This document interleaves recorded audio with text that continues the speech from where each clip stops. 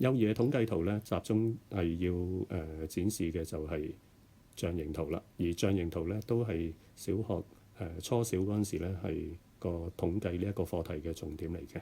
咁要做呢一個象形圖嘅時候咧，咁基本上面有兩種嘅格式嘅，一種就係直向嘅啦，一種係橫向嘅。咁但係無論係邊一種都好咧，咁其實組成嘅呢一個象形圖嘅元素咧都係一樣嘅。例如就係需要有個標題啦，同埋一個圖例，而各個項目咧都要寫喺一條橫線下邊或者橫線嘅左邊咯。咁然後咧就各個嘅圖示咧都需要係要整齊咁樣打橫一個對一個咁樣排列。咁事實上咧呢一個嘅概念咧，正正就係喺小朋友佢喺 K2 嘅時候咧，佢已經開始掌握嘅就係比較數量嘅多少嘅時候啦。由統計圖咧，我哋就可以直接咁樣分析到一啲嘅資訊出嚟啦。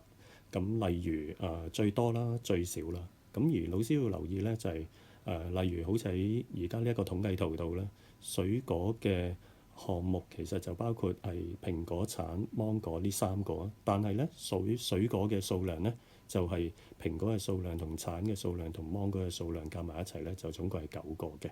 咁所以咧好多時咧，小朋友都會喺呢啲地方度咧係會撈亂咗嘅。